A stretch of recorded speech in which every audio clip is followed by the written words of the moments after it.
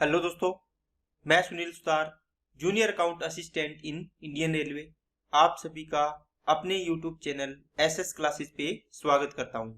तो दोस्तों, अपने एनटीपीसी की सीरीज चल रही है, तो उसके अंदर अपने पीवाईक्यू जो भी है वो कर रहे हैं। तो आपने बोला था कि सीवीटी 2 के भी साथ साथ करवाए जाए। तो दोस्तों, अपने एक तो सीवीटी 1 की क्लासेस चला रखी है, एनटीपीसी की सीवीटी 1 की, और इसके साथ साथ सीवीटी 2 की क्लासेस भी अपने चला रहे हैं। सीवीटी 2 लिख लो, ऐसे लिख लो, चाहिए वैसे लिख लो, ठीक है। तो इसके अंदर क्या है दोस्तों, आज अपने 12 जून 2022 की फर्स्ट शिफ्ट का एग्जाम अपने आज करेंगे। इससे पहले 9 मई की शिफ्ट हुई थी, तो उन दोनों शिफ्ट का एग्जाम अपने कंप्लीट कर लिया है और आज अपने इसका करेंगे। तो दोस्तों, जो ये एग्जाम हो रहे हैं, इन्हीं में से एग्जाम मेरा हुआ था, मेरा शायद आगे की डेट में था। तो बढ़िया एग्जाम, बढ़िया क्वेश्चन आए हुए थे। इन क्वेश्चनों को अच्छे से लगाया करो दोस्तों, ताकि अगर आपका सीवीटी 1 का लेवल बढ़ेगा थोड़ा सा, है ना, तो अगर आपने सीवीटी 2 के क्वेश्चन लगाए हैं तो आपका लेवल उससे ऊपर तो जाएगा नहीं, वहां तक भी लेवल मेंटेन हुआ तो आप आराम से अपने क्वेश्चन कर पाओगे और अपने स्कोर कोई भी क्वेश्चन गलत नहीं होगा। और इसके अलावा दोस्तों, एएलपी के टेस्ट मैंने करवा रखे हैं सीवीटी 1 और सीवीटी 2 के, तो वो अगर आपने नहीं लगाए हैं तो उनको, इनकी अलग अलग प्लेलिस्ट बनी हुई है, वहां जाके ये टेस्ट लगा लो। और इनको अगर लगाना है तो इनकी भी अलग अलग मैंने प्लेलिस्ट बना रखी है। तो चलिए दोस्तों, क्लास को स्टार्ट करते हैं। उससे पहले दोस्तों, अगर आपको रेलवे से संबंधित कोई भी जानकारी चाहिए तो सुशील बटेसर यूट्यूब चैनल का लिंक मैंने डिस्क्रिप्शन में दिया हुआ है, उस चैनल पे जाइए, विजिट करिए, और वहां से अगर रेलवे से संबंधित कोई भी जानकारी चाहिए तो आप वहां से ले सकते हैं। तो चलिए दोस्तों, क्लास को स्टार्ट करते हैं। और अगर आप चैनल पे नए हो तो चैनल को सब्सक्राइब कर लो और बेल आइकन पे क्लिक जरूर कर लो, जिससे आपको वीडियो की नोटिफिकेशन समय पर मिलती रहे। तो दोस्तों, अच्छे से देखना क्लास को, और एक एक कॉन्सेप्ट, एक एक क्वेश्चन इतना बढ़िया है ना कि आपको नई नई चीजें सिखाए के जाएगा, और एग्जाम में क्वेश्चन को कैसे करना है वो भी चीजें आपको सीखने को मिलेगी। और लास्ट तक आपको एक ऐसा क्वेश्चन मैं करवा के जाऊंगा कि आपको एग्जाम में एक भी क्वेश्चन नया आ गया तो आपको बहुत फायदा हो जाएगा। ठीक है दोस्तों, चलिए क्लास को स्टार्ट करते हैं। फर्स्ट क्वेश्चन, एक मिश्रण की 90 लीटर मात्रा में दूध और पानी का अनुपात 4:1 है। दूसरे मिश्रण की 90 लीटर मात्रा में दूध और पानी का अनुपात 3:2 है। दोनों मिश्रणों में दूध की मात्राओं का धनात्मक अंतर ज्ञात कीजिए। दोस्तों देखो, एक पात्र है, इसमें 90 लीटर है, एक सेकंड पात्र है, इसके अंदर भी 90 लीटर है। अब कहता है इसके अंदर मिल्क और वाटर है, इसके अंदर भी क्या है, मिल्क और वाटर है। यहाँ पर क्या है, 4:1 है, यहाँ पर क्या दिया हुआ है, 3:2 दिया हुआ है। ओके, अब कहता है दोनों में दूध है ना, उनका अंतर बताओ। अब देखो, यहाँ पे 4 और 1, 5 की वैल्यू 90, 5 की वैल्यू कितनी आ जाएगी दोस्तों, 90 आ जाएगी। 1 की वैल्यू कितनी आ जाएगी, 18, तो 18 चुकी ये कितना आ जाएगा, 72। इसी प्रकार इसके अंदर 3 और 2, 5 की वैल्यू कितनी आ जाएगी दोस्तों, 90, 1 की वैल्यू कितनी आएगी, 18, और 18 तिया 54। अब इनका अंतर करोगे, कितना अंतर आएगा, देखो दूध दूध का अंतर पूछे तो 18 लीटर का अंतर आ जाएगा। ओके, इसके अंदर आपको जो वाटर है, इन दोनों का अंतर आएगा, वो बताओ कितना आएगा अंतर दोनों के पानी में। चलिए नेक्स्ट पे, दो संख्याओं का योगफल 17 है, उनके वर्गों का योगफल 157 है, दोनों संख्याओं के घनों का योगफल ज्ञात कीजिए। दोस्तों मान लो दो संख्याएं ए और बी है, इनका योगफल कितना है, ए प्लस बी बराबर दिया हुआ आपको 17, और आपको दिया हुआ है ए स्क्वायर प्लस का बी स्क्वायर इक्वल टू दिया हुआ है दोस्तों 157। आपको क्या पूछे है, ए क्यूब प्लस का बी क्यूब पूछे है, ये निकालना है आपको। इसके लिए अपने देखो क्या क्या करना पड़ेगा। अब ए क्यूब प्लस बी क्यूब अगर निकालना हो दोस्तों आपको, तो क्या करते हो आप बोलोगे सर ए प्लस बी, इसका फॉर्मूला होता है दोस्तों, क्या होता है, ए स्क्वायर प्लस का बी स्क्वायर और माइनस ए बी होता है। मैंने आपको बताया था पीछे की क्लास में, अगर यहाँ पे ए क्यूब प्लस बी क्यूब है तो यहाँ प्लस है, तो यहाँ पे ए बी माइनस का आएगा, अगर यहाँ माइनस होगा तो यहाँ ए बी प्लस का आएगा। ठीक है ना, ये चीज थोड़ा सा ध्यान रखना दोस्तों। अब देखो दोस्तों, यहाँ पे क्या दिया है, ए क्यूब प्लस बी क्यूब, आपके पास देखो ए प्लस बी है, ए प्लस बी है, ए स्क्वायर प्लस बी स्क्वायर है, ए स्क्वायर प्लस बी स्क्वायर है, ओनली ए बी चाहिए। आप डायरेक्ट इसका फॉर्मूला लगाओ, किसका दोस्तों, ए प्लस बी का होल स्क्वायर करो, ए स्क्वायर प्लस का बी स्क्वायर और प्लस का 2ab। अब यहां से देखो ए प्लस बी की वैल्यू कितनी है, 17, 17 का स्क्वायर 289 इक्वल टू में ए स्क्वायर प्लस बी स्क्वायर कितना है दोस्तों, ये रहा 157। इसको इस साइड में लेके आएंगे तो 157 माइनस का हो जाएगा, इक्वल टू में देखो ए बी रख लो, ये 2 है, इसके डिवाइड में आ जाएगा बस, है ना। अब इसको 9 में से 7 गया, 2 बच गया। 8 में से 5 गया 3 बच गया और ये बच गया 1 और 2 से डिवाइड किया तो 66 आ गया दोस्तों। ये ए बी की वैल्यू कितनी आ गई 66। अब यहाँ से आप फॉर्मूला देख लो, याद कर लो। देखो कैसे, ए स्क्वायर प्लस बी स्क्वायर चाहिए आपको। इसका मतलब क्या हुआ दोस्तों, आप बोलोगे सर ए प्लस बी का होल स्क्वायर माइनस का क्या करोगे दोस्तों, ए स्क्वायर प्लस बी स्क्वायर का होल स्क्वायर और यहाँ से ए स्क्वायर क्या आएगा 2ab माइनस का आएगा। ये देखो 2ab है ना, ये इधर लेके आओगे तो माइनस का हो जाएगा। ठीक है, ये फॉर्मूला डायरेक्ट बन जाएगा। अगर ना भी याद है आपको ये फॉर्मूला तो दोस्तों ये तो याद है आपको ए प्लस बी का होल स्क्वायर, इससे कर सकते हो। अब इसमें ए बी की वैल्यू पुट करो, कितना आएगा, ये आ गया 17, ये आ गया दोस्तों 157 और ये माइनस का 66 आ गया और ये 7 में से 6 गया 1, 5 15 में से 6 गया 9 इंटू में ये आ गया दोस्तों 17 इंटू 91। इकाई अंक देखो दोस्तों अलग अलग है, क्या है 7 एकम 7 आएगा तो 7 वाला इकाई अंक तो एक ही है, तो ये ऑप्शन हो जाएगा इसका आंसर। बाकी आप गुना तो इसका कर सकते हैं। चलिए नेक्स्ट पे, 6y स्क्वायर माइनस का 13y प्लस 6 इक्वल टू 0। तो समीकरण के दो मूल्यों का गुणनफल। दोस्तों जब भी आपको गुणनफल ज्ञात करना हो तो इसके लिए क्या होता है, अल्फा इंटू बीटा होता है दोस्तों। क्या होता है, आप बोलो सर c अपॉन a होता है। देखो c कितना है 6, a की वैल्यू कितनी है 6, 6 से 6 कटा कितना आ गया दोस्तों 1 आ गया। चलिए नेक्स्ट पे, इसमें दोस्तों माध्यिका और बहुलक का अंतर पूछा है। देखो इसको माध्यिका निकालने के लिए आपको आरोही क्रम में लिखना पड़ेगा। सबसे छोटी संख्या इसमें देखो कितनी है, सबसे छोटी देखो दोस्तों 2.1 आएगी। इसके बाद कितनी आएगी 2.1 आ गई। उसके बाद इसमें कितनी आएगी 5 आएगी, क्या इसमें आएगी दोस्तों 5। ठीक है, उसके बाद कितनी आ जाएगी 6 आ जाएगी, फिर 7 आ जाएगी, फिर 8 आ जाएगी, फिर 9.3 आ गई दोस्तों। ओके, फिर 9.3 आ गई। उसके बाद 10 वाली है क्या, कोई 10 आ गया ये रहा। ठीक है, फिर कितना आएगा 9 के बाद 10 ही आएगा ना, 10 के बाद कितना आ गया दोस्तों 11 आ गया। उसके बाद कितना आएगा ये 15 17, इसका मतलब 14 आ गया, फिर आ जाएगा 15 आ जाएगा। यहाँ से 14 काट दो, ये 15 फिर 17 आ जाएगा, ये 17 भी काट दिया। फिर कितना आएगा दोस्तों 17 के बाद 19 वाला, सॉरी 17 से पहले 16 वाला आएगा 16.5, 16.5 आ गया, फिर 17 आ जाएगा। उसके बाद दोस्तों कितना आएगा 19.21 आ जाएगा। ओके, फिर इसके बाद कितना आएगा 27, 31, 31, 33 है। ठीक है, तो यहाँ पे आ गया दोस्तों 27, फिर 31, 31 और 33 आ जाएगा। ये सारी संख्याएं आपकी लगभग आ गई होगी इसके अंदर। ठीक है दोस्तों, कोई गलती हो तो देख लेना। देखो अब इसके अंदर आपको क्या करना है दोस्तों, अब इसके अंदर आपको माध्यिका देखनी है। तो पहले पद गिनो कितनी है, 1 2 3 4 5 6 7 8 9 10 11 12 13 14 15 16 17। अब देखो विषम संख्या में आपके पद है तो आपकी माध्यिका क्या होगी, आप बोलो सर जो पद है n+1/2 कर दो। 17 और 1 18/2 करोगे कितना आएगा 9। इसका मतलब 9वां पद है वो क्या होगा आपका माध्यिका होगी। 1 2 3 4 5 6 7 8 9, तो 9 क्या हो गया इसकी माध्यिका होगी। ये 14 की माध्यिका। बहुलक बताओ, बहुलक तो आपने देखा सभी में आपने लिखा है तो आपको पता चल गया होगा। ओनली 31 ही 2 बार है, इसका मतलब जो सबसे ज्यादा बार आता है वो बहुलक होता है। इनका अंतर पूछा है तो कितना आ जाएगा दोस्तों 17, तो ये आंसर होगी इसका 17। चलिए नेक्स्ट पे, निम्न में से कौन सी संख्या 30 से डिविजिबल है दोस्तों। देखो 30 से डिविजिबल देखना है तो आपको क्या करना पड़ेगा, आप बोलोगे सर 30 से डिविजिबल का मतलब हो गया 3 × 10 से डिविजिबल। तो देखो 0 0 तो आ रहा है, इसका मतलब 10 से तो है। 3 से देखने के लिए अंकों का योग 3 से डिवाइड होना चाहिए। 6 5 11, 11 और 4 15, 15 और 3 18। देखो 18 3 से डिविजिबल है, इसका मतलब ये आंसर हो गया। बाकी ये तीनों होंगे ये इसे डिविजिबल नहीं होंगे।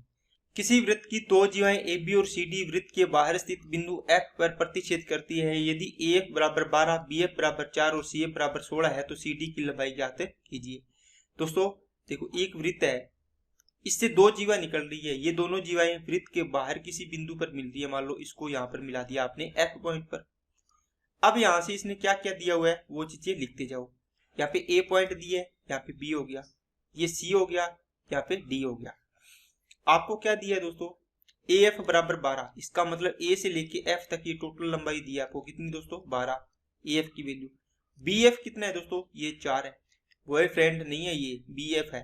CF का मतलब क्या हो गया दोस्तों कैट फ्रेंड है ना, तो ये कितना हो गया 16। तो CF यहाँ से लेके यहाँ तक कितनी है ये टोटल, ये है 16। आपको पूछा है DF, ये दूरी पूछी है आपको, ये निकालना है आपको यहाँ से यहाँ तक की दूरी। तो दोस्तों ये आपकी एक थ्योरम होती है, बार वाला पॉइंट है, इससे देखो इसके किनारे पर मिल रहा है FB into F A, F B into F A, देखो एफ से बी तक इंटू एफ से ए तक बराबर होगा एफ से डी तक इंटू एफ से सी तक। देखो यहां से लेके यहां तक जाओ पहले, फिर यहां से लेके पूरा आगे तक जाओ, ये पूरा, इसमें भी यहां से लेके यहां तक जाओ पहले, फिर यहां से आगे पूरा, यहां से पूरा, ठीक है। तो एफ बी की वैल्यू कितनी है दोस्तों, एफ बी कितना है 4 है, एफ ए कितना है दोस्तों 12 है, इक्वल टू में एफ डी कितना है, एफ डी को आपको ज्ञात करना है, एफ डी लिख लो, इसको चाहिए एक्स लिख लो। एफ सी की वैल्यू कितनी है 16 है, तो ये आ गया 4, 4 चौकी 16, 4 से इसको काट दिया 3 आ गया, इसकी वैल्यू आ गई दोस्तों 3। आपको पूछे सी डी की लंबाई, देखो पूरी 16 है तो ये 3 है, तो ये कितनी बचेगी 13 बचेगी, आंसर हो जाएगा इसका 13। नेक्स्ट, एक रेलगाड़ी 57.6 किलोमीटर प्रति घंटा की दूरी 48 मिनट में तय करती है, मीटर प्रति सेकंड में चाल। दोस्तों 57.6 किलोमीटर है और ये बटे में 48 है। अब देखो 48 मिनट है, ये किलोमीटर है, एक बार इसको देखो घंटे में चेंज कर लेंगे, 48 इसको 60 से गुणा कर दो, क्योंकि ऊपर भाग देंगे इसमें तो घंटा हो जाएगा, ये नीचे से कहाँ चला जाएगा ऊपर, ये आ गया अब किलोमीटर प्रति घंटा में, इसको 5/18 से गुणा कर देंगे तो अपने मीटर प्रति सेकंड में इसका आंसर आएगा। अब इसको काटो, देखो इसका पॉइंट हटाओगे तो ये 0 चला जाएगा, और 6 एकम 6, 6 8 48, 8 से इसको काट दो, 8 7 56, 8 2 16, 18 चौके 72 और 4 5 20, तो आंसर आ गया इसका 20। नेक्स्ट, ब्याज की गणना वार्षिक चक्रवृद्धि आधार पर करने पर एक धनराशि एक निश्चित ब्याज दर पर 3 वर्ष में 625 और 4 वर्ष में 675 हो जाती है, दर ज्ञात करनी है।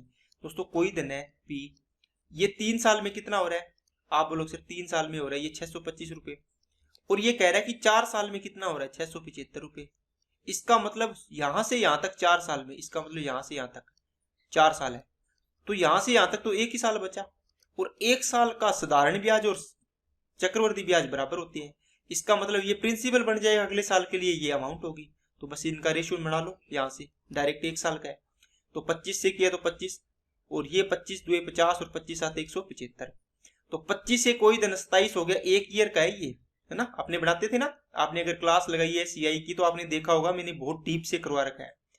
2 का ब्याज मिला कितने पर 25 पर, 100 पर कितना मिलेगा, तो 25 चौके 100 और 4 दूनी 8, इसका मतलब 8% इसका आंसर आ गया। नेक्स्ट, इसको सोल्व करना है दोस्तों, देखो यहाँ पे आप वैल्यू पुटिंग भी कर सकते हो, आप इसकी वैल्यू पुटिंग कर सकते हो दोस्तों, जैसे मान लो थीटा की वैल्यू आप यहाँ पर 45 डिग्री रख के देख लो, जो सिंपल हो ना वो रख लिया करो, तो यहाँ पे 45 रखोगे तो ये 45 और 45 90 हो गया, तो कोस 90 का मान 0 होता है, 0 का स्क्वायर 0, कोस यहाँ पे 0 आएगा तो कोस 0 का मान 1 होता है, 1 का स्क्वायर 1 हो गया, कोसेक 30 का मान कितना होता है दोस्तों 2 होता है क्या, तो 2 का स्क्वायर 4 हो गया। साइन 45 का मान क्या होता है दोस्तों 1/√2 होता है, इसका स्क्वायर करोगे तो 1/2 हो जाएगा, ये आ गया दोस्तों 1/2, माइनस सेक 30 का मान कितना होता है, सॉरी कोस 60 का मान है, आप इसमें कोस 60 का मान देखो, कोस 60 का मान आप बोलोगे सर 1/2 होता है क्या, 2 होता है, और अगर आपको पूछिए इसमें सेक 60 का मान कितना हो जाएगा, तो इसका उल्टा हो जाएगा, इसका मतलब 2/1 का मतलब क्या हो गया दोस्तों 2 हो गया, इसका मान कितना हो गया 2, तो 2 का स्क्वायर 4 हो जाएगा। कई बार ऐसे ना याद आए तो आप इसको उल्टा करके देख लिया करो, कोस का याद होता है तो इसका निकाल लिया करो, 2 2 4, तो ये कितना आ जाएगा 1/-2, इसका मतलब -1/2 इसका आंसर आ जाएगा। नेक्स्ट, किसी घन के प्रत्येक किनारे की लंबाई 2.6 सेंटीमीटर है, घन का संपूर्ण पृष्ठीय क्षेत्रफल कितना होगा। दोस्तों घन के प्रत्येक किनारे की लंबाई 2.6, इसका मतलब एक ही भुजा देती 2.6, आपको इसका देखो संपूर्ण पृष्ठीय क्षेत्रफल होता है 6a², 6 इंटू 2.6 का होल स्क्वायर करोगे, देखो पॉइंट हटाओगे 26 का स्क्वायर करोगे 676 आएगा, तो 6 इंटू 6.76 आ जाएगा ना, 2 अंक छोड़ के पॉइंट लगेगा। अब देखो इसको गुणा करना है, 6 6 36, 6 7 42, 6 6 36, ये हो गया 5, ये हो गया 6 और ये हो गया 0, ये 40 56, तो 40.56 इसका आंसर आ जाएगा, 2 अंक छोड़ के डेसिमल था। चलिए नेक्स्ट पे, एक निश्चित धनराशि x% वार्षिक साधारण ब्याज की दर से 7 साल में 22,494 हो जाती है, यदि वार्षिक साधारण ब्याज की दर 4% अधिक होती तो 7 वर्ष बाद देय धनराशि 25,917 होती, निवेश की गई धनराशि कितनी है। दोस्तों देखो कोई धनराशि x% की दर से 7 वर्ष में मान लो इसकी x% दर होती तो इतना ही बढ़ता, लेकिन 4% ज्यादा होता तो इतना बढ़ जाता, इसका मतलब 22,494 रुपए से 25,000 कितना होता 917 रुपये होता। ये किस कारण ज्यादा होता, अब इसको निकालो, 7 में से 4 गया 3, 11 में से 9 गया 2, और ये 8 में से 4 गया 4 बचेगा, और ये कितना बचेगा दोस्तों, 5 में से 2 गया 3 बचेगा। ठीक है, 3423 ये आएगा क्या, 22494। इसको माइनस करोगे 3 2 4 और ये आगे दोस्तों 2, ये 2 आएगा, सॉरी 3 ही आएगा, 3494, 3423 थोड़ी। अब ये कितने की वैल्यू होगी, एक्स्ट्रा मिला है दोस्तों आपको। एक्स्ट्रा किस कारण मिला है, आपको 1 साल का 4% एक्स्ट्रा मिल रहा है देखो, और कितने साल तक मिला है, 7 साल तक। तो 4 7 28% की वैल्यू हो जाएगी दोस्तों। ये आपको पूछा 100% धन पूछा तो 100 की वैल्यू निकालो, 3423 अपॉन 28 इंटू में 100 की वैल्यू निकालनी है। 28 का डिवाइड करो इसमें, 28 से कम 28, 6 बचेगा 62, 28 दुआ 56, कितना आएगा 6 आएगा, 28 दुआ 56। अब देखो 1 2 2 दोनों ऑप्शन में आ रहा है ना, बाकी ऑप्शन तो कट्टी गए वैसे, इसमें और इसमें आगे अपने एक आधा और कर लेंगे। 28 दूना 56 बचा, और ये आ गया 4 और 3 7, 28 3 84, 28 2 56। ओके, अब देखो ये 222 वाला 1222 वाला ये ऑप्शन हो जाएगा इसका। थोड़ा ऑप्शन की तरफ भी ध्यान दे लिया करो, ठीक है ना दोस्तों। चलिए नेक्स्ट की, ए किसी कार्य के 12% भाग को निर्धारित समय के 15% समय में पूरा कर सकता है। ए और बी निर्धारित समय की पूरी अवधि तक कार्य करते हैं और कार्य समय पर पूरा हो जाता है। बी का कार्य का कितना भाग पूरा करता है। दोस्तों देखो, ए कार्य के 12% भाग को 15% समय में पूरा करता है, ठीक है। तो देखो ये 12% भाग को 15% समय में पूरा करता है, ये टाइम दिया हुआ है टोटल 15% समय लेता है और ये 12% काम कर देता है। अब ये अगर आप इसको 100% बनाना चाहो भी 100% टाइम लेगा तो कितना काम करेगा ये, है ना। या फिर 100% काम करने के लिए कितना, इसको एक बार रेशो बनाओ, इसका कितना बनेगा, 3 चौके 12, 4% बचेगा और 3 5 15, है ना। अब देखो 100% टाइम लिया इसने, तो 100% बनाने के लिए इसको कितने से गुणा करोगे, आप बोलोगे सर 20 से, तो 20 चौके 80% काम कर देगा ये टोटल टाइम, 20% 100% समय में। ओके, तो 100% समय लिए, मान लो इसका मतलब 100 का ये हुआ दोस्तों, इसे ए और बी दोनों काम करने लगे, शुरुआत से अंत तक ये काम कर रहा है। इसका मतलब इसने जितना टाइम ए ने लिए उतने बी ने लिए, मतलब टोटल टाइम लिया है, मतलब 100% टाइम लिया है। तो 100% टाइम कर लेगा ना तो भी 80% काम कर देगा जितना टोटल काम है उसका। तो रिमेनिंग काम कौन करेगा, 20% ये करेगा, बी करेगा। बस इतना ही ऑप्शन था इसका। नेक्स्ट 22.5 का 32%। दोस्तों इसका जीरो लगा के नीचे 25 नी में 225, और ये इसका नीचे आएगा 100 आएगा, 25 चौके 100 हो जाएगा। ओके, 32 बटे क्या करोगे आप, 100 करोगे ना, 4 8 32, तो 9 8 72 बटे इसका मतलब 7.2 आ जाएगा ये। माइनस का 2/3 इंटू में ये आ जाएगा 512 का क्यूब रूट 8, 81 ये आ जाएगा 9, 3 तिया 9, 3 8 24, 24 दूना 48, 48 में से ये 7.2 घटाना है तो कितना आएगा दोस्तों, तो 48 में से 8 घटा दो कितना बचेगा 40, और बाकी ये 0.2 घटाओगे तो 0.8 बचेगा, तो 40.8 इसका आंसर आ जाएगा। और किसका आएगा, माइनस का, ठीक है ना। चलिए नेक्स्ट पे 0.82 और 0.802 इस प्रकार दिया हुआ है। इनमें सबसे बड़ी संख्या देखो, सबसे बड़ी कौन होगी दोस्तों, जब भी आपको सबसे बड़ी देखनी हो ना, आप देखो 0.82 और यहाँ पे 802 और 0.85 दिया हुआ है, यहाँ पे 0.085 दिया हुआ है। आपको सबसे बड़ी देखनी हो तो जितने अंकों के सबसे ज्यादा अंक है उतने आप इसके पॉइंट के बाद बढ़ा लो। 3 अंकों तक है तो 3 अंक बढ़ा लिया, इनमें तो है 3 अंक। अब आप देखो पॉइंट को भूल जाओ, इनमें देखो आप कौन सी संख्या आपको बड़ी लग रही है, 820, 802 है, 850 है, और ये तो 85 है ना, 085 है ये, तो सबसे बड़ी तो ये होगी, तो 0.85 ये सबसे बड़ी होगी। और सबसे इनमें से सबसे छोटी संख्या, अब बताओ इनमें भी आप आगे पॉइंट लगा लिया करो, सबसे छोटी संख्या कौन सी होगी बताओ, ठीक है। आप ये तो 2 पॉइंट है, ये तो सबसे बड़ी वैसे ही होगी, इसको काट दो वैसे ही। अब इनमें देखोगे 0.300 लगाओ आगे, इसमें 0.030 लगा लो 3 अंक बढ़ाने के लिए, 0.203 है ये 300, ये 30 है, और ये कितना है 203 है। तो इनमें से ये सबसे क्या है, छोटी है। अब दोस्तों इनका क्या पूछा है, इनका गुणनफल पूछा है, तो इनको गुणा करना है, 0. कितना आएगा 0.3 आएगा। और आगे ये 0 है, इसको भूल जाओ, इसको तो अपने यहाँ से छोटा बड़ा देखने के लिए किया था। 2 और 2 4 अंक छोड़ के डेसिमल आएगा, इसमें भी आ रहा है, इसमें नहीं आ रहा, इसमें भी 4 आ रहे हैं ना, तो इसको गुणा कर लो, 3 5 15, 3 8 24 और 1 25, और 1 2 3 4 अंक छोड़ के डेसिमल आएगा तो ये आ जाएगा। ये मिला लो कहां पर आ रहा है, ये ऑप्शन हो जाएगा आपका पहला। नेक्स्ट, अरुषि किसी संख्या में 2.4 से गुणा करना था, लेकिन उसके बजाय उसने इसमें 4.2 से गुणा कर दिया। यदि उसे प्राप्त गुणनफल 65.1 था तो उसे सही गुणनफल के रूप में क्या प्राप्त होना चाहिए था। दोस्तों देखो, ये सवाल करना है तो इसमें क्या दिया हुआ है, आपको 2.4 से गुणा करना था, आपने किया ये सही था और गलत कर क्या कर दिया 4.2 से। आप इनका रेशो बना लो ना, ये पॉइंट से पॉइंट कट गया क्योंकि एक एक अंक छोड़ के है, इसको काट दो, कितने से कटेगा 3 दुए 6, 6 चौके 24 और 6 सत्ते 42।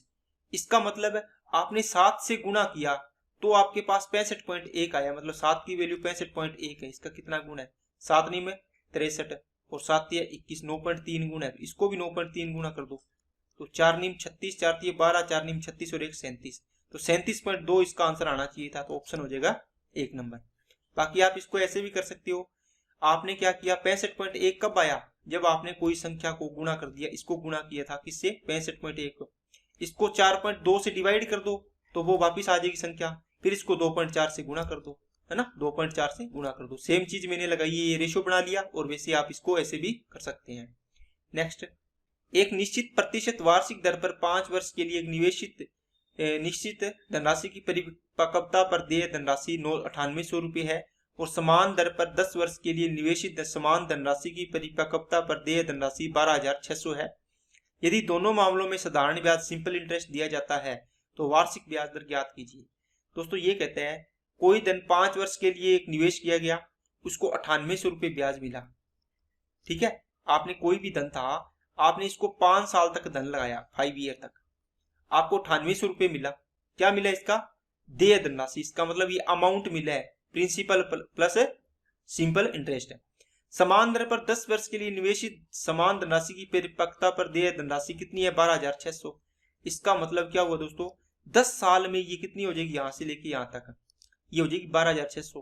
5 साल में इतनी, तो अगले 5 साल में कितनी हो जाएगी, ये यहां से यहां तक 5 साल ही होगा।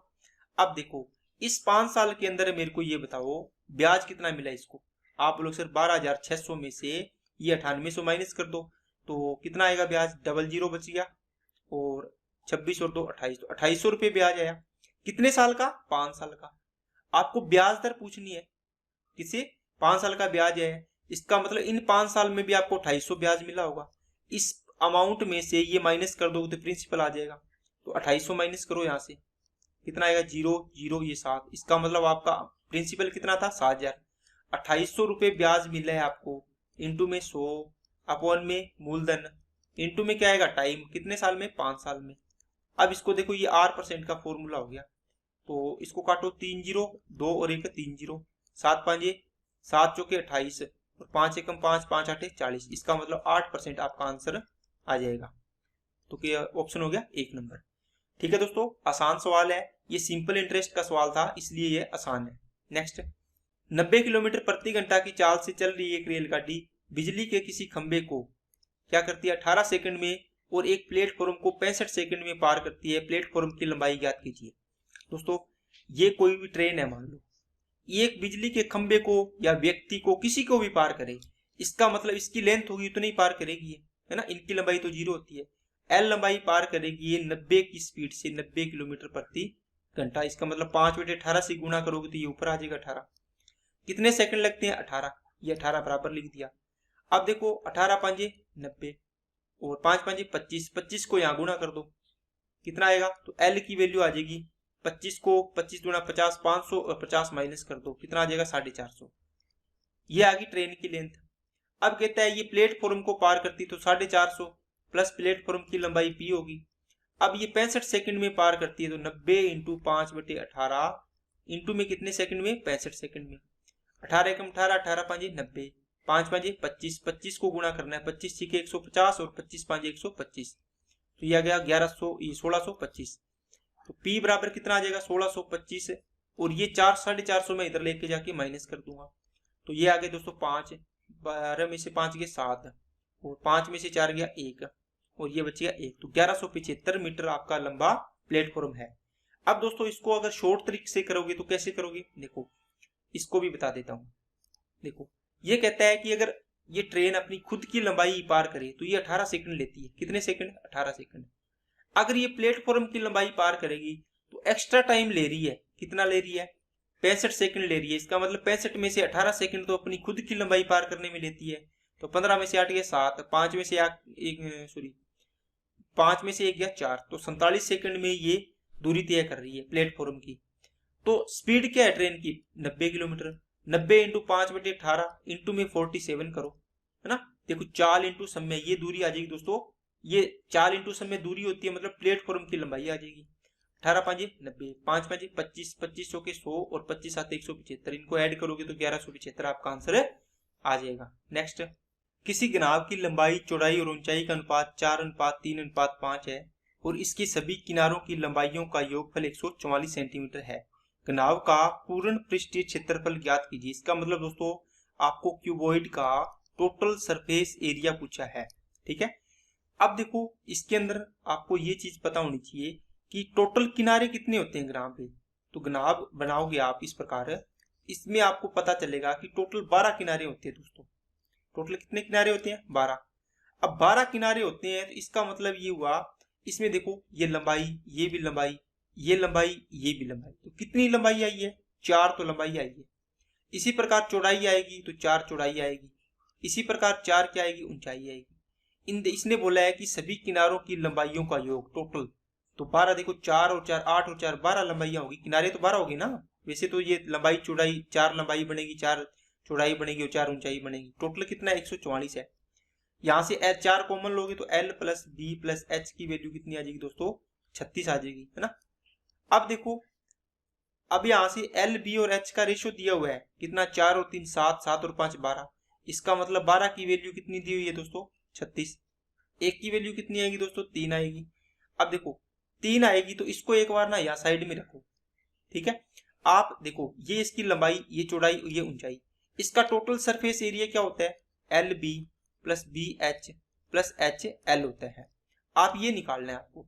तो आप क्या करोगे दोस्तों? इसका 2 इंटू होता है क्या, तो अब इसमें वैल्यू पुट कर दो जो रेशियो वाली है एक बार।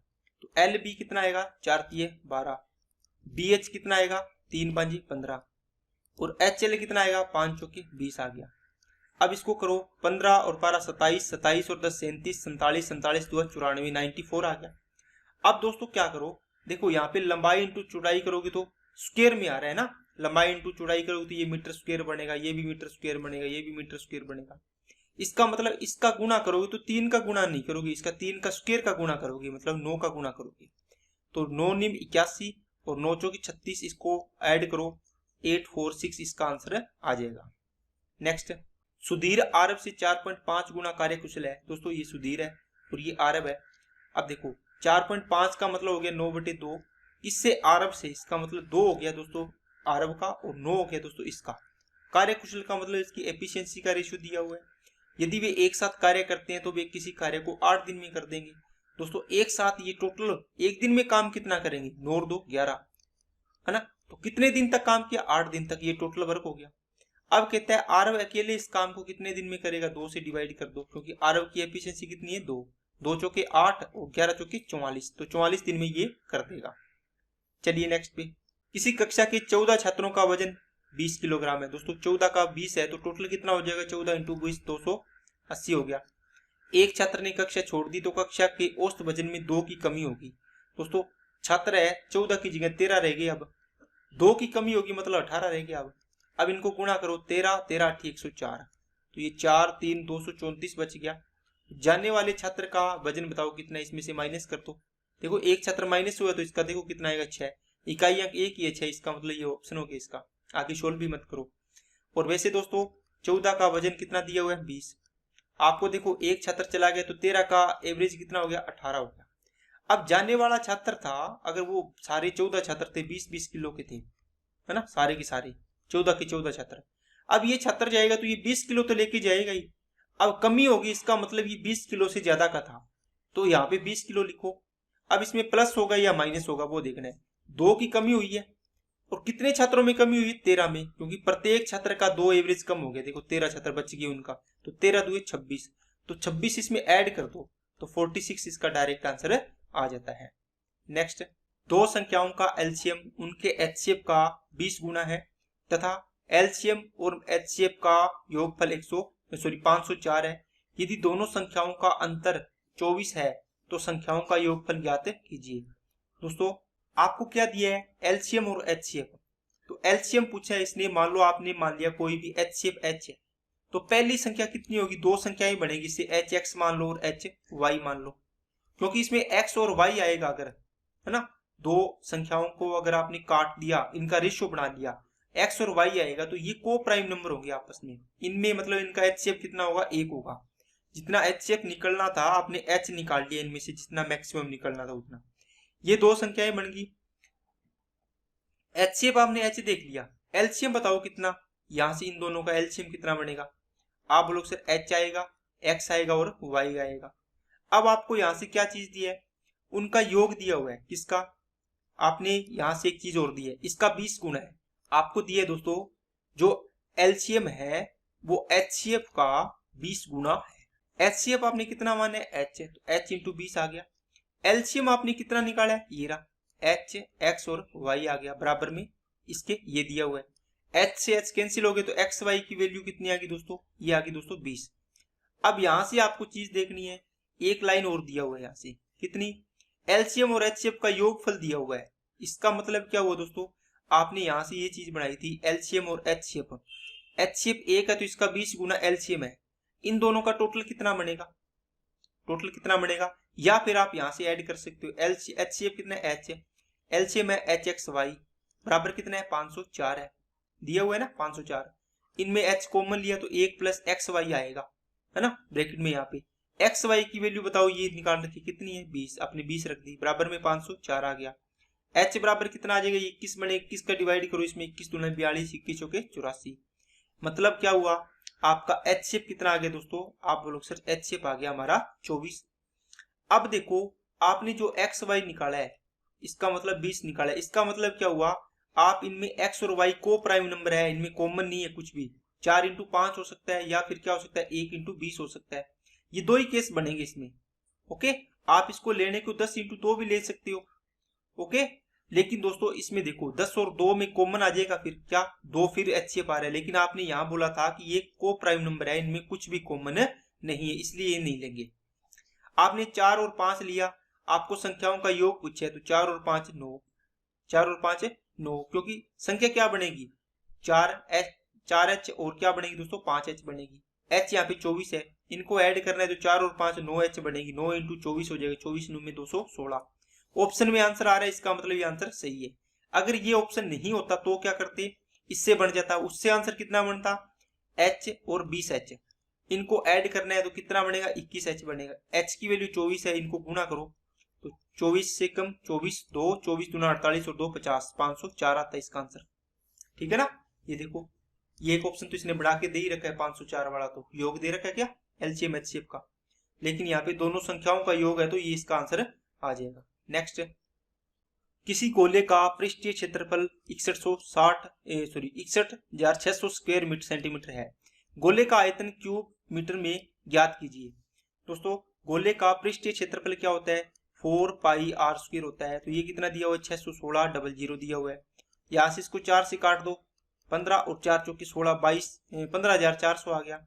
आर स्क्वायर बराबर आएगा तो दोस्तों 15,400 डिवाइड बाई 22, और ये 7 ऊपर चला जाएगा, पाई की वैल्यू 22 7 154, ये कितना आ गया 700 इंटू 7 4900, तो आर की वैल्यू कितनी आ जाएगी दोस्तों 70 आ जाएगी, 70 का स्क्वायर 4900। आपको चाहिए 4/3 पाई आर क्यूब, आयतन चाहिए, यही होता है आयतन, तो 4/3, पाई की वैल्यू कितनी होती है 22/7, आर की क्यूब का मतलब हो गया 70 इंटू 70 इंटू में 70 हो गया। यहाँ से इसको काट दो 10 आ गया, और 3 से कट रहा है क्या, नहीं कट रहा। अब देखो 22 चौके 88, 88 को देखो 7 7 49 से गुणा करना है, इसका मतलब आपको गुणा तो करना ही नहीं है, क्या आएगा 4312 आएगा, देखो सभी में देखो आ रहा है ना, तो ये आपका प्लस पॉइंट हो गया। नीचे यहाँ पे 3 है, ये 3 तो आना ही आना है, तो इसका मतलब ये दोनों ऑप्शन तो कट गए, ये आएगा या फिर ये आएगा। अब दोस्तों क्या होता है, आपको क्यूबिक मीटर में पूछे, ये सेंटीमीटर में था, तो आप इसको 10 10 से तीनों में 3 बार है ना आर का मान, तो 3 से डिवाइड करो तो 10 की, आप इसके अंदर क्या हो जाएगा 10 की क्यूब हो जाएगा। इसको सेंटीमीटर में है ना तो मीटर में चेंज करना है, तो आप क्या करोगे दोस्तों 100 से डिवाइड करोगे ना, देखो 1 मीटर में 100 सेंटीमीटर होते हैं, ठीक है। तो 1 सेंटीमीटर बराबर क्या होगा, 1/100 होगा। तो 1/100 की क्यूब करोगे तो ये पावर कितनी बनेगी, ऊपर तो देखो 3 जीरो है और नीचे कितनी बनेगी, 6 जीरो बनेगी। इसका मतलब 10 की पावर 6 बनेगी। 6 होगी क्या, 3 और 3 6, 3 तो कट जाएगी, बचेगी कितनी नीचे, 3 जीरो बचेगी। तो 3 1 2 3 अंक छोड़ के लगाओ तो 4.312/3 ये आंसर आ जाएगा, ठीक है ना। चलिए नेक्स्ट पे, एक मैदान में एक वृत्ताकार रेसिंग ट्रैक बनाया गया है। यदि रेसिंग ट्रैक की बाह्य परिधि और आंतरिक परिधि का अंतर 33 है तो रेसिंग ट्रैक की चौड़ाई ज्ञात कीजिए। दोस्तों इस प्रकार एक ट्रैक बनाया हुआ है, ठीक है, रेस करने के लिए, और इस प्रकार ये थोड़ा बन गया है। आपने को ये चौड़ाई बतानी है कितनी आएगी। तो आंतरिक और बाहरी दिया हुआ है दोस्तों, इसको इस प्रकार आप बना सकते हो। इसको एक है ये आंतरिक हो गया और एक हो गया दोस्तों इसका एक बाहरी। आपको क्या दिया हुआ है, बाहरी की मान लो R2 है, R2 माइनस आंतरिक त्रिज्या कितनी, इसकी परिधि कितनी हो जाएगी, R1 मान लो, इसकी त्रिज्या R1 है। इनका अंतर 33 दिया हुआ है, R2 माइनस R1 आएगा, 2 पाई कॉमन आए तो 33/2 पाई, पाई की वैल्यू 22/7 ऊपर आ जाएगा। तो 11 दूआ 22 और 11 तिया 33, 3 7 21 और 21 बटे कितना आ जाएगा 4, 4 5 20 और 1/4, तो 5 से 1/4 इसका आंसर आ जाएगा। नेक्स्ट, रवि को हैदराबाद से दिल्ली जाना है। हैदराबाद और दिल्ली के बीच की दूरी 1200 किलोमीटर है। 25% दूरी किससे करता है, पैदल, 30% बस से, 15% रेलगाड़ी से। तो शेष दूरी हवाई जहाज से तय करने का निर्णय करता है। रवि द्वारा हवाई जहाज में तय की गई दूरी ज्ञात कीजिए। दोस्तों टोटल है 1200 किलोमीटर की दूरी। अब देखो 25% पैदल, 25, 30% और 15% इसने दूरी तय कर दी। ये परसेंटेज जोड़ लो, 25 15 40 और 30 70% होगी, बच गया कितना 100%, टोटल होती है 30%। तो टोटल दूरी है 1200 का 30% इसने इससे तय किया हवाई जहाज से।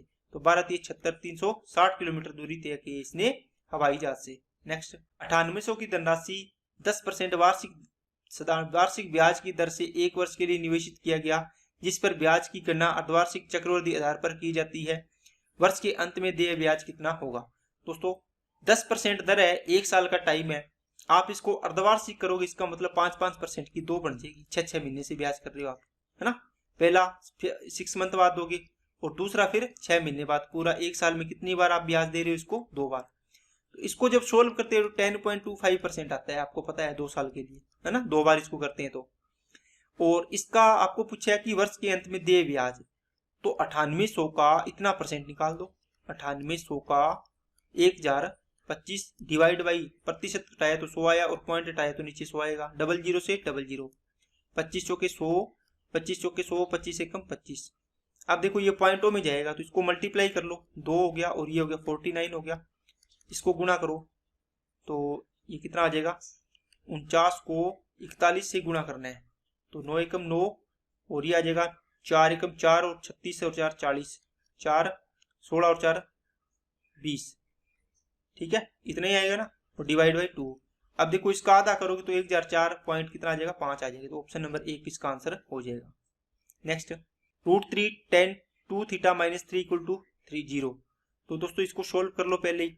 तो tan 2 थीटा इक्वल टू कितना आ जाएगा, 3 आएगा और बटे में √3 आएगा तो √3 बचेगा। इसका मतलब यहाँ से 2 थीटा की वैल्यू कितनी आएगी, 60 डिग्री। दोस्तों ये चीजें आपको नोट कर लेनी है अब अच्छे से। कैसे, देखो tan 2 थीटा है यहाँ पे, ओके, इसको 10 कितने डिग्री पर ये होता है, आप बोलो सर 60 डिग्री पर मान होता है √3। तो 2 थीटा की वैल्यू आ गई 60 डिग्री, तो थीटा की वैल्यू कितनी आ जाएगी दोस्तों, 30 डिग्री आ जाएगी। अब इसके अंदर वैल्यू पुट करनी है, आपका आंसर आ जाएगा, ठीक है, थीटा की वैल्यू निकाल दी आपको। नेक्स्ट, 3:2 के अनुपात में दूध और पानी वाले एक द्रव की 2 लीटर मात्रा को 2:3 के अनुपात में दूध और पानी वाले एक अन्य द्रव की 3 लीटर मात्रा में मिलाया जाता है। नए मिश्रण में दूध और पानी का अनुपात ज्ञात कीजिए। दोस्तों 3:2 के अनुपात में दूध और पानी, देखो 3:2 के अंदर दूध और पानी का मिश्रण है और एक अन्य लीटर है, क्या है जिसमें 2:3 है, दूध और 2:3 के अनुपात में दूध और पानी वाले अन्य द्रव की 3 लीटर मात्रा में मिलाया जाता है। दोस्तों ये मिल्क हो गया और ये वाटर हो गया।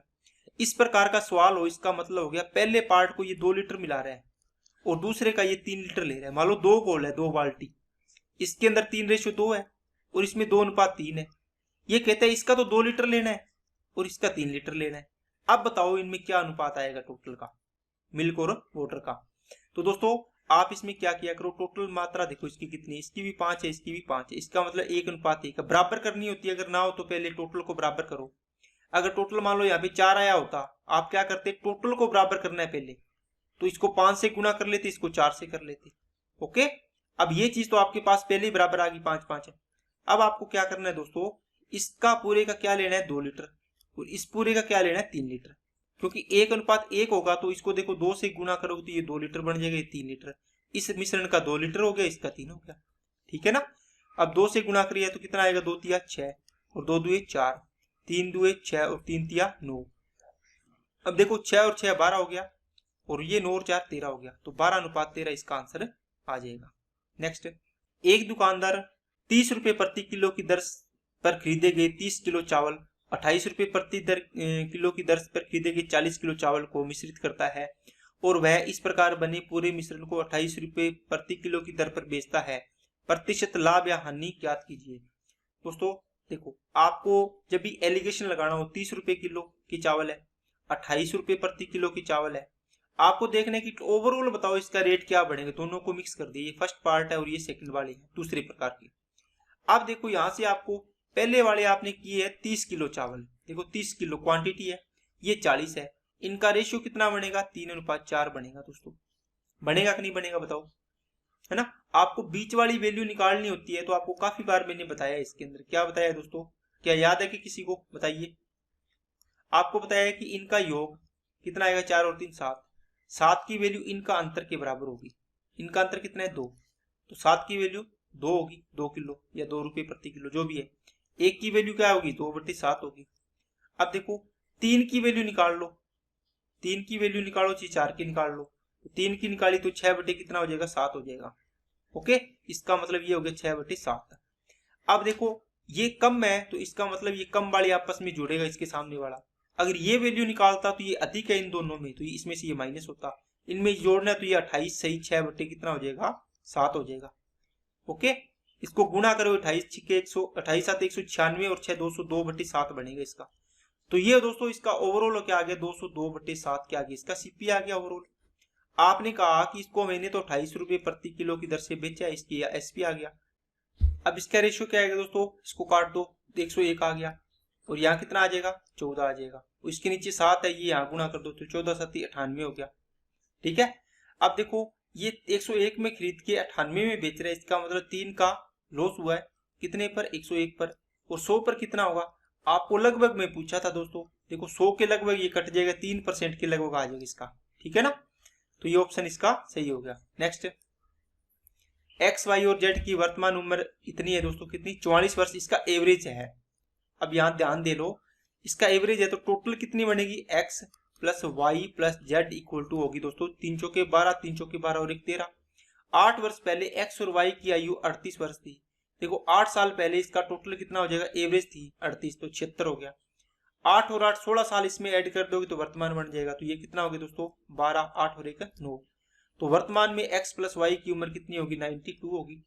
इसमें से माइनस कर दोगे ये, तो ये जेड की बच जाएगी, इसमें से कितना आएगा दोस्तों, 0, और ये आ गया 4। इसका मतलब जेड की वर्तमान उम्र आ गई दोस्तों 40। नेक्स्ट, 3 सेंटीमीटर त्रिज्या वाले ठोस धात्विक गोले को पिघलाकर 4 mm मोटाई का एक तार बनाया जाता है, तार की लंबाई ज्ञात कीजिए। दोस्तों देखो इसने गोले को पिघलाकर इससे एक इसने तार बनाई है। तार का मतलब दोस्तों इस प्रकार देखोगे ना, पतली सी बनेगी ना, लेकिन इसकी शेप बनती है ना, वो एक बेलन की शेप बनती है। तो इन दोनों को अगर पिघला के ये बनाते हैं ना, तो इसका मतलब आयतन बराबर करना है। गोले का आयतन बताओ क्या होगा, आप लोग से 4/3 पाई आर क्यूब बराबर होगा किसके, पाई इसके आर स्क्वेयर और एच के, पाई आर स्क्वेयर एच के। ठीक है ना, इसकी त्रिज्या अलग होगी, इसकी त्रिज्या अलग है। पाई से पाई तो कैंसिल हो गया, यहाँ से आर की वैल्यू कितनी है 3, तो 3 की क्यूब कितनी हो जाएगी, 27 हो जाएगी। इंटू में ये 4/3 है, रख लो। यहाँ पे आर की वैल्यू कितनी, 4 mm मोटाई की है दोस्तों तार, इसका मतलब इसका पूरा व्यास आ गया इस प्रकार। इसको बड़ा बना के दिखाता हूँ इस प्रकार। ठीक है, ये तार है, इसका मतलब इसने मोटाई दी है, देखो ये तार की, इसका मतलब पूरा व्यास दे दिया 4 mm, तो 2 mm इसकी आ जाएगी। तो ये आ गया दोस्तों 2 2 4। ठीक है, इंटू में आ जाएगा दोस्तों एच, इंटू में कितना आ गया एच। अब आप इसको काटो, 4 से 4 कट गया, 3 से कट गया 9। अब ये आंसर आ गया दोस्तों इसका 9।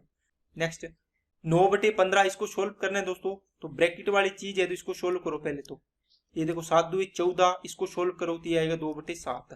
ठीक है, इस पूरे ब्रैकेट में आपने 2/7 रख दिया, इसका मतलब 2 3 6 और 3 7 हुए 7 49, तो 7/3 बचेगा।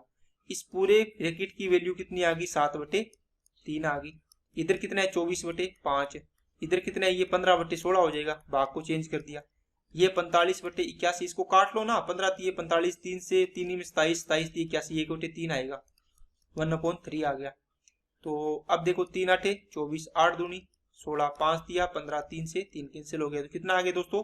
7 ये 7 बचा और नीचे बचा 2, तो 7/2 आंसर आ गया। नेक्स्ट, किसी आयत का क्षेत्रफल 453.6 मीटर स्क्वायर है, यदि इसकी लंबाई इतनी है तो आयत का परिमाप ज्ञात कीजिए। दोस्तों L इंटू बी बराबर कितना होता है? क्षेत्रफल होता है। एरिया कितना है? 453.6 ये दिया हुआ है। इसकी लंबाई 27 इंटू ये दिए हुए b बराबर में 453.6, तो b की वैल्यू कितनी आएगी? 27 एकम 27, तो 13 और 5 18, 183, 27 छिके 162, 27 छिके 162, और ये कितना बचेगा? 18 और 3 21, 27 8 216, 16.8 इसकी क्या आ गई? चौड़ाई आ गई। आपको परिमाप पूछे तो 2 इंटू लंबाई प्लस चौड़ाई होता है, तो 2 इंटू इन दोनों को ऐड कर लो, 27 इसमें ऐड कर दो, कितना आ जाएगा? 27 और 16 43 पॉइंट कितना हो गया? 8, 43.8 का डबल करोगे तो कितना आ जाएगा? 87.6 इसका आंसर आ जाएगा। नेक्स्ट, कोई परिवार के वर्ष के पहले 5 महीनों में किराने के स्थान पर 4600, 5600, 4800, 3800, 6000 खर्च करते हैं। किराने के सामान पर प्रत्येक परिवार के 6 महीने के औसत खर्च को 4500 करने के लिए परिवार को छठे महीने में कितना खर्च करना होगा? दोस्तों इसको आप, पहला तरीका है कि सभी को ऐड करो, ये 1 2 3 4 5 महीने का दिया हुआ, इनको ऐड करो, प्लस छठे का x मान लो। ठीक है, डिवाइड करोगे कितने से? 6 महीनों का एवरेज बराबर कितना है? 4500 करना है 6 का।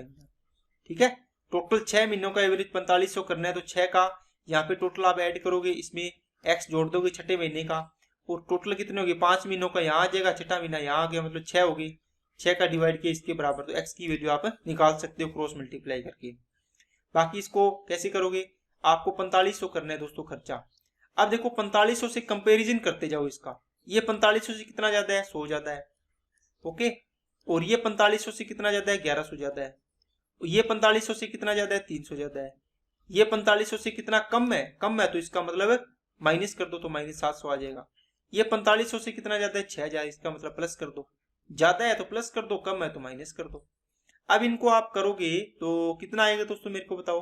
1100, 1200, 1500, 1500 में 700 गया 800, है ना? 800 और 6000 6800 हो गया। सॉरी, ये 6000 लिख दिया नहीं, ये 1500 आना था दोस्तों।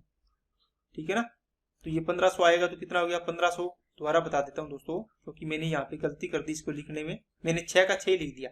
अंतर देख रहे हैं ना, 4500 से कितना ज्यादा है? 1500 ज्यादा है, ये 1500 आ गया। तो ये आया दोस्तों 11 3 14 और 1500, 1500 ये 1500 ये 3000, 3000 में से ये कितना हो गया? 700, इसका मतलब कितना बच गया? 2300। तो 2300 अगर प्लस का आया है तो इसको माइनस करना है इसमें से, तो ये 2300 माइनस कर दो, अगर माइनस का आता तो प्लस कर देते इसमें, तो ये 2200 बचेगा। इसका मतलब इसका आंसर कितना आना चाहिए? 2200। नेक्स्ट, सुनीता ने खेल की शुरुआत में मौजूद कंचों में से 3/5 कंचे जीते, रवि ने शेष कंचों में से 2/3 जीते, जबकि सनी ने 60 कंचे जीते, तो सुनीता ने कितने कंचे जीते? दोस्तों जब भी आपको देखो ये 5 है ये 3 है, तो इसका टोटल मान लो, इनका एलसीएम कितना आएगा? 5 दिए 15, ये हो गए टोटल कंचे। इसमें से इसने बोला है कि सुनीता ने कितने जीते हैं, आप बोलो सर 3/5। 3/5 का मतलब क्या हुआ? 15 का 3/5 करोगे तो ये आएगा 9 आएगा। अब देखो इसने, रवि ने 15 के 2/3 नहीं जीते, रवि ने क्या जीते हैं दोस्तों? शेष कंचे। तो 15 में से 9 तो गए, तो कितने बचे गए? 6। ये 6 के 2/3 जीते हैं इसने, 3 दुए 6, 2 दुए 4 जीते हैं। 9 और 4 13 हो गए, बाकी किसने जीते होंगे? सनी ने जीते होंगे, है ना? सनी ने। इसने कितने जीते होंगे? 2 जीते होंगे। 2 की वैल्यू दे रखी 60, 1 की वैल्यू कितनी आएगी? 30। आपको क्या पूछे? सुनीता के, सुनीता ने 30 इंटू 9 हो जाएगा, तो 9 3 27, मतलब 270 जीते होंगे। क्या बात समझ आएगी सभी को? चलिए नेक्स्ट पे।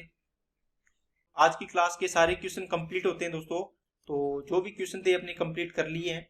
आपने देखा होगा कि इसमें कुछ क्वेश्चन ऐसे हैं जो सिंपल भी है, और कुछ ऐसे सवाल है जो कॉन्सेप्ट वाले सवाल है। अगर आपने उसमें अच्छे से उसको किया है तभी आप इसका आंसर कर पाओगे। जैसे HCF वाला सवाल था और LCM वाला सवाल था, थोड़ा सा लंबा सवाल था, ठीक है, उसमें आपको इसने उलझाया था। लेकिन आपका अगर कॉन्सेप्ट अच्छा है तो आप इसको आराम से कर सकते हैं, इसमें कोई भी दिक्कत वाली बात नहीं है, ठीक है ना। और बाकी जो भी सवाल थोड़े से टफ लगे उनको आप एक बार स्किप कर दिया करो दोस्तों। पेपर करने का तरीका यही होता है, ठीक है, क्योंकि उसमें एक बार आप जो सवाल टफ लग रहा है उसको स्किप कर दो, उसके बाद आप जो सवाल हो रहे हैं वो करो एक बार, फिर आप दोबारा जब इसको चेक करोगे तो उसको वापस उसमें किया करो, ठीक है ना। तो आपका दिमाग में ये होता है कि चलो मैंने इतने क्वेश्चन कर रखे हैं, तो अगर टफ सवाल होता है वो भी हो जाता है। अगर आपने सवाल कर नहीं रखे हैं और आप उसमें फंस गए तो आपका पेपर सारा खराब हो जाएगा। तो आज के लिए दोस्तों इतना ही रखते हैं। अगर आपको वीडियो अच्छी लगे तो लाइक करना, चैनल को सब्सक्राइब नहीं किया तो चैनल को सब्सक्राइब जरूर करें और बेल आइकन पे क्लिक कर लें, जिससे आपको वीडियो की नोटिफिकेशन समय पर मिलती रहे। तो अपने दोस्तों के पास भी इसको ज़्यादा से ज़्यादा शेयर करना, ठीक है दोस्तों। Okay, thank you.